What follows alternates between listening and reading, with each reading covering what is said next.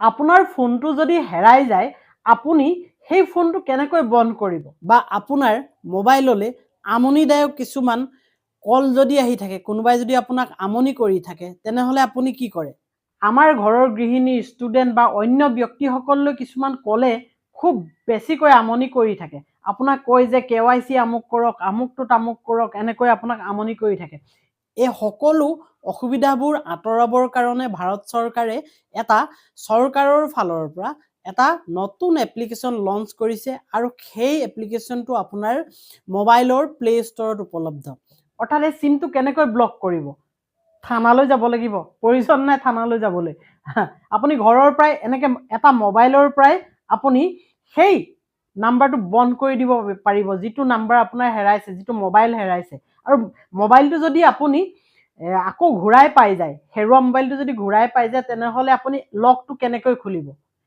আৰু যেতিয়া আপোনালৈ কিছুমান আমনিদায়ক কল আহে আপোনাক ফ্ৰড কল কিছুমানে আমনি কৰি থাকে যে আপোনাৰ বেংকৰ KYC দিয়ক আধাৰ কাৰ্ডৰ আমুক কৰক তামুক কৰক আপুনি গম পাইছে ফ্ৰড হয় সেই কলবোৰৰ পৰা আপুনি কেনেকৈ বাচি থাকিব এনেকুৱা ধৰণৰ 5টা সুবিধা দি ভাৰত চৰকাৰে এটা এপ লঞ্চ কৰিছে হয় সম্পূৰ্ণ ভাৰত চৰকাৰৰ এটো এপ্লিকেশ্যন হয় আপোনালোকে হেতু ইনষ্টল কৰি ল'ব আপোনালোকৰ মোবাইলত দস্তমত হে এপ্লিকেশ্যনটো লিখা আছে department of communication government of India বুলি আৰু জনসাধাৰণৰ সুবিধাৰ কাৰণে এপ্লিকেশ্যনটো উলিয়াইছে কাৰণ এতিয়া ছ'চিয়েল মিডিয়াতে হওক বা ফোনতে হওক হোৱাটছএপতে হওক ইমান আমনি আহিছে নহয় সেই আমনিখিনিৰ পৰা বাচিবৰ কাৰণে এই সুবিধাখিনি কৰি দিছে আৰু সেই এপ্লিকেশ্যনটোৰ নাম হৈছে সঞ্চাৰ সাথী এইটো আপুনি আপোনাৰ মোবাইল প্লে ষ্টৰতে পাই যাব এতিয়া আপোনাৰ হেৰুৱা মোবাইলটো কেনেকৈ লক কৰিব আৰু হেৰুৱা মোবাইলটো আপুনি যদি পাই যায় হেতু আকৌ আনলক কেনেকৈ কৰিব এই গুটেখিনি কথা মই দেখাইছো আপুনি প্লে ষ্টৰত যাওক মোবাইলৰ প্লে ষ্টৰত সঞ্চাৰ সাথী আৰু দস্তমত তাত লিখা আছে চাওক department of communication government of India ইণ্ডিয়াই আচলতে গভৰ্নমেণ্ট অফ ইণ্ডিয়াই এই কামখিনি কৰিছে আৰু এই এপ্লিকেশ্যনটোৱে আমাক বচাই ৰাখিব এনেকুৱা ধৰণৰ কিছুমান ফ্ৰড বা আমনিদায়ক কিছুমান ফোনৰ পৰা আৰু আপুনি কমপ্লেইন কৰিব পাৰিব আৰু আপোনাৰ হেৰুৱা ফোনটো আপুনি ঘৰৰ পৰাই আপুনি লক কৰিব পাৰিব আপুনি আপোনাৰ প্লে ষ্টৰত যাওক মোবাইলৰ প্লে ষ্টৰতে পাব মোবাইলৰ প্লে ষ্টৰত গৈ আপুনি কি কৰিব ইনষ্টল কৰি ল'ব আৰু ইনষ্টল কৰাৰ পিছত আপুনি এনেকৈ এপ্লিকেশ্যনটো পাব আৰু ইনষ্টল কৰোঁতে আপোনাক মোবাইল নাম্বাৰ এটা লাগে যিটো মোবাইল নাম্বাৰ আপোনাৰ ইয়াতে থাকিব সেই মোবাইল নাম্বাৰটো আপোনাৰ অটোমেটিক্যালি তেওঁলোকে মানে এড কৰি ল'ব আৰু তালে এটা মেছেজ আহিব আপোনালোকে এই এপ্লিকেশ্যনটোৰ ভিতৰত সোমাই যাব পাৰিব এতিয়া আহোঁ ওপেন এতিয়া ওপেনত যদি গুচি যাওঁ চাওক ওপেন যদি কৰি দিওঁ মই এইটো ইনষ্টল আছে ইনষ্টল থকাৰ কাৰণে মই এনেকুৱা হৈছে মই ইয়াৰ ভিতৰৰ ফাংচনখিনি দেখাম এয়া আপোনালোকক মোবাইল নাম্বাৰ এটা বিচাৰিব এইটো মোবাইল নাম্বাৰটো দি আপোনালোকে ৰেজিষ্টাৰ কৰি ল'ব এতিয়া ইয়াত 5টা সুবিধা আছে এই 5টা সুবিধা আপুনি কেনেকৈ ল'ব এটা এটাকৈ মই আপোনালোকক কৈছো চাওক প্ৰথমতে আহিছে ইয়াত ৰিপৰ্ট সাসপেক্টেড ফ্ৰড কমিউনিকেশ্যন প্ৰথমটো এই প্ৰথমটোত আপুনি যদি চুই দিয়ে এটোত মই আপোনালোকক দেখাইছো এটোত ইয়াত হৈছে কি আপোনাক কিছুমান কলে আমনি কৰি থাকে আৰু এই আমনি কৰা কলবোৰৰ পৰা আপুনি বাচি থাকিব কেনেকৈ সিলেক্ট মিডিয়াম আপোনালে কল আহে মেছেজ আহে কি আহে দেখিলেনে ইয়াত ওলাই গৈছে আপোনালে যিটো আহে কল আহিলে কলত চুই দিব মেছেজত আহিলে মেছেজ চুব বা হোৱাটছএপত আহিলে হোৱাটছএপ বুলি আপুনি চুই দিব সাপোজ হোৱাটছএপত আপোনাৰ হেৰি আহে কি কয় মেছেজ আহে আমনি কৰে গতিকে হোৱাটছএপ বুলি কৈ দিলে আৰু সিলেক্ট ফোন নাম্বাৰ কোনটো ফোন নাম্বাৰত আহে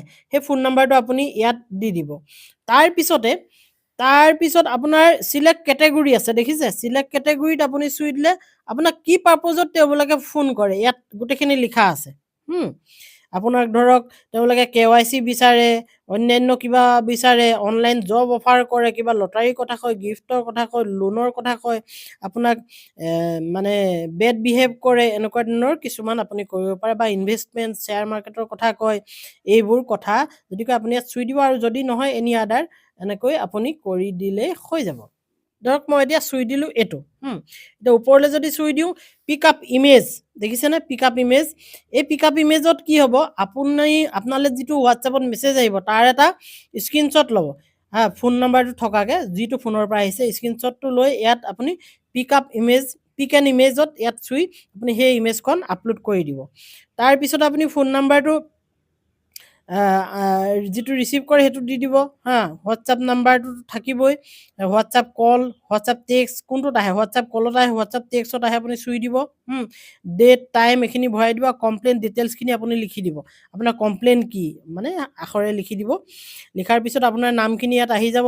তাৰপিছতে আপুনি ইয়াত ডিক্লেয়াৰ কৰি দিব। ডিক্লেয়াৰ কৰি তলত থাকিব এটা ছাবমিট, এই ছাবমিট অপশ্যনটোত চুই দিব, ছাবমিট ৰিকুৱেষ্ট, দেখিলেনে? এইটো হৈ যাব। এতিয়া দ্বিতীয়টোলৈ আহোঁ, আটাইতকৈ ইম্পৰ্টেণ্ট। যিটো ইম্পৰ্টেণ্ট হৈছে আপোনাৰ মোবাইলটো যদি হেৰাই গৈছে, হেৰাই যোৱা মোবাইলটো আপুনি কেনেকৈ কি কৰিব, ব্লক কৰিব। ব্লক কৰিব লাগিব, নহ'লে সেই চিমটো তেওঁলোকে মিছ ইউজ কৰিব, হয়নে? চুৰি হৈ গৈছে বা হেৰাই গৈছে, পৰি গৈছে হেণ্ডছেটটো আপোনাৰ, তেতিয়া আপুনি ইয়াত চুই দিব। ইয়াত চোৱাৰ পিছতে কিছুমান ডাটা বিচাৰিব, আপোনাৰ EMI নাম্বাৰ বিচাৰিব, কিবা বিচাৰিব, সেইবোৰ বিচাৰিব। বিচৰাৰ লগে লগে আপুনি দি দিব। দি দিয়াৰ পিছত আপোনাক সেইটো ব্লক কৰি দিব। এয়া দেখিলেনে? ব্লক লষ্ট, হেৰুৱা ফোনটো আপুনি ব্লক কৰিবলৈ যদি বিচাৰি প্ৰথমৰ অপশ্যনটো হা, ইয়াত গ'লে আপুনি সেইটো পাৰিব। আৰু ঠিক তাৰ তলতে আছে আনব্লক। যদি আপুনি এইটো হ'ল ব্লক, ইয়াত গুচি গ'লে ব্লক কৰিব পাৰিব, আৰু ইয়াত গুচি গ'লে আনব্লক আপুনি কৰিব পাৰিব। আনব্লকত গ'লে হ'ব কি, ধৰক আপোনাৰ হেৰুৱা ফোনটো আপুনি পাই গ'ল, হঠাৎ পাই যোৱাৰ পিছত আপুনি তেতিয়া হ'ব কি, আপুনি ইয়াত যাব, ইয়াত গৈ সেই ব্লক হৈ থকা ফোনটো আনব্লক কৰিব পাৰিব এইফালেদি। আৰু ৰিকুৱেষ্ট ষ্টেটাছ আপুনি চাব পাৰিব ইয়াত। ফৰগেট ৰিকুৱেষ্ট ID যদি আপুনি পাহৰি গৈছে, ইয়াত যাব লাগিব। তেনেকৈ আপুনি হেৰুৱা ফোনটো পুনৰ আনব্লক কৰিব পাৰিব, আৰু হেৰাই গ'লে ফোন ব্লক কৰিব পাৰিব আপোনাৰ নিজৰ হাতত থকা মোবাইলটোৰ পৰাই। এতিয়া বেক গুচি আহিছোঁ, গোটেই 5টা সুবিধাই কৈ দিছোঁ। কানেকশ্যন ইন ইয়'ৰ নেম, আপোনাৰ নামত কিমানটা চিম আছে, ইয়াত যদি গুচি যায়, ইয়াত চুই দিলে আপোনাৰ ওলাই যাব। কোনোবাই আকৌ আপোনাৰ মিছ ইউজ কৰি আপোনাৰ নামত উলিয়াই থৈছে নি, সেইটো আপুনি চাই পেলাব পাৰিব।